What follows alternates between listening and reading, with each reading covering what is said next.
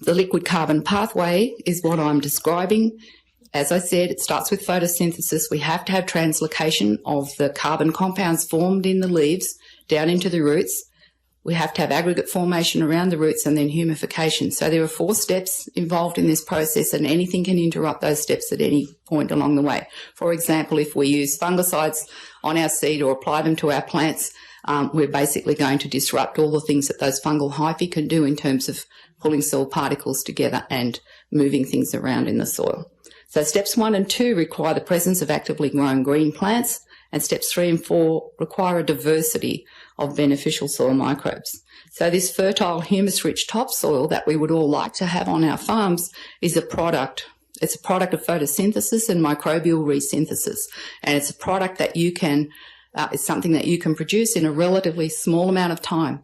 These actively grown green plants actually support the microbes. It's the microbes that are important, and I talk about that this afternoon, that create this well-structured friable topsoil that we want.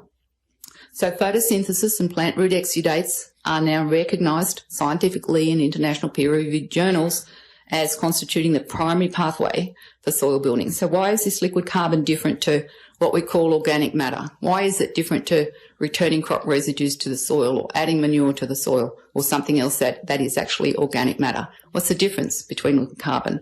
Well, there's 2 pathways for carbon in the soil, and there's the well-known decomposition pathway where you have something that starts off as biomass like residues or plant roots or animal manures. And then there's the liquid carbon pathway where we have active carbon exuding from roots of green plants. The decomposition pathway still starts with photosynthesis and biomass production, but then all of that material decomposes and goes back to being CO2, or nearly all of it, probably around 98% of it. If you see things like this in the soil, that's a really good sign. That's saprotrophic fungi that are breaking down organic matter, and that's fungal mycelium. That's great. I mean, I'm not saying this process is not good for soil. If you see that, it's fantastic. And we know mulch is great. Decomposing organic matter helps to buffer soil temperatures and maintain moisture, but the soil on the left, that's just decomposing organic matter, will go to be the soil on the right.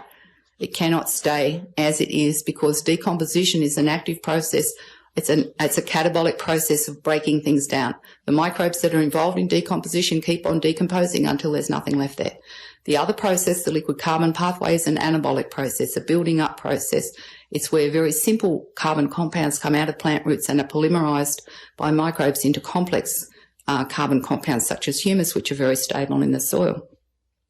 And if we put those 2 pathways together, you'll see there's a plant in the middle there, and the direct line that's coming down from underneath that is plant root exudates that are leading down to stable soil carbon at the bottom.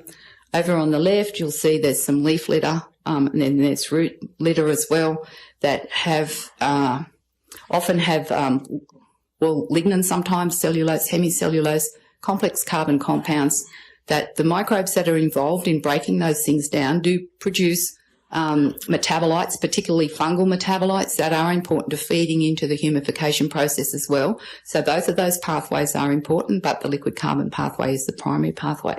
We now know that plant root inputs can build soil carbon 5 to 30 times faster than carbon derived from above ground biomass. So when we see people producing huge amounts of soil carbon in a very short amount of time, it doesn't fit the standard model that's related to organic matter. So people will say, well, if you add this many tonnes of organic matter, you're only going to end up with this much left in the soil. So how could you build this much soil carbon?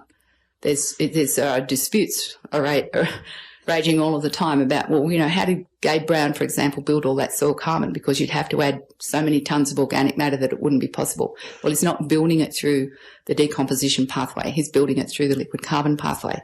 And that then answers that problem because it can be 30 times faster.